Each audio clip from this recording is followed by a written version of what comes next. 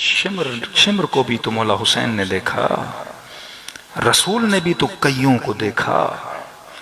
ऐसे देखें जैसे रसूल अली को देखते थे, ऐसे देखें जैसे अली सलमान को देखते थे, ऐसे देखें बचो उस निगाह हुसैन से जैसे हुसैन ने शिम्र को देखा। बचो उस निगाह अली से जिस निगाह से अली ने इब्ने मुलजिम को देखा। कमाल तब है जब शफकत की निगाह से देखें। का मरने वाला अली की निगाह से समझ जाएगा मैं जन्नती हूं या जहन्नुमी हूं। मासूम गैज़ो गज़ब की निगाह में न देखें, ऐसे मरो कि फख्र करें कि मेरा शिया मेरे पास आया है।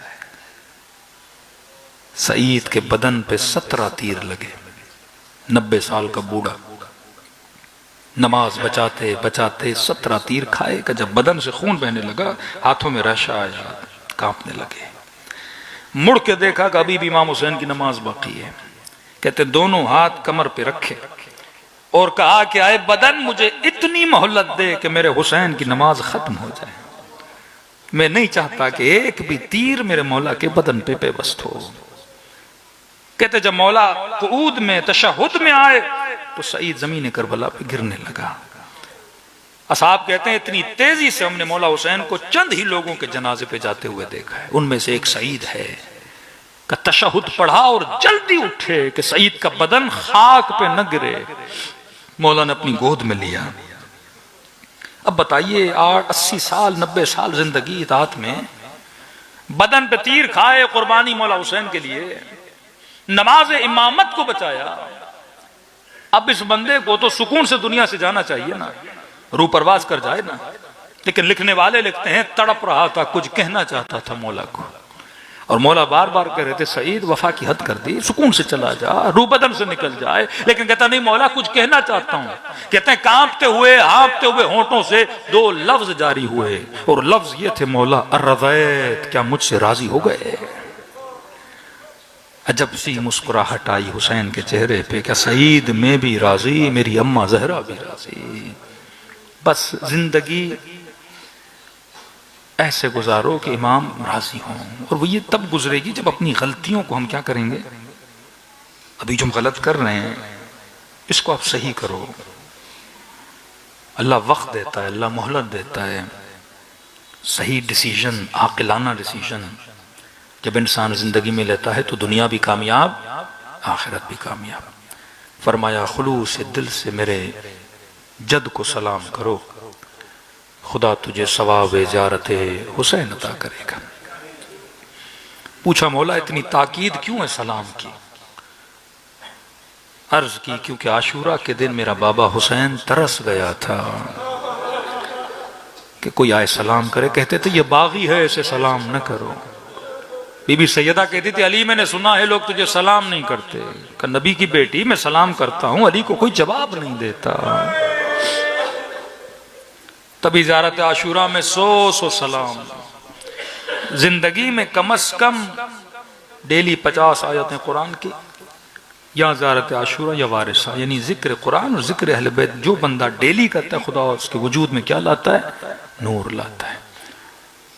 बारहा मजालिस में कह चुका कि गम हुसैन की ताकत तौबा के आंसू से भी ज्यादा है।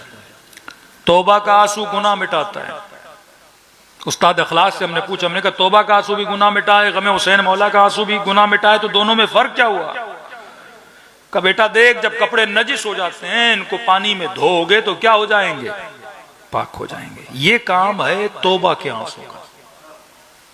नजिस हो गया, निजासत पड़ गई, आपने सर्फ में धोया, 3 बार पानी में डुबोया, धोया, साफ किया, रंग भी निजासत की गया, बू भी उसकी चली गई, तो ये क्या हो गया, पाक हो गया।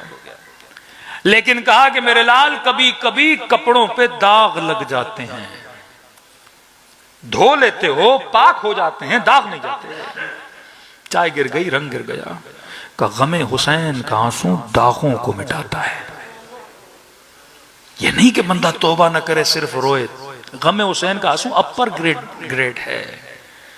पहले तौबा करो, गुनाह मिटवाओ, अब उस गुनाह का जो दाग है ये गम हुसैन का आंसू क्या करता है, मिटा देता है। और ने बड़ा गुनाह किया था, लजा में फर्ज से हुसैन में हाथ डाला था।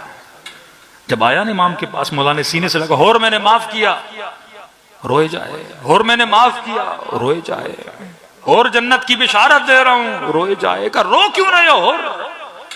का मौला अगर इजाजत दे मैं सैदानियों से माफी मांगू, और मैंने माफ किया, मेरी बहनों ने माफ किया।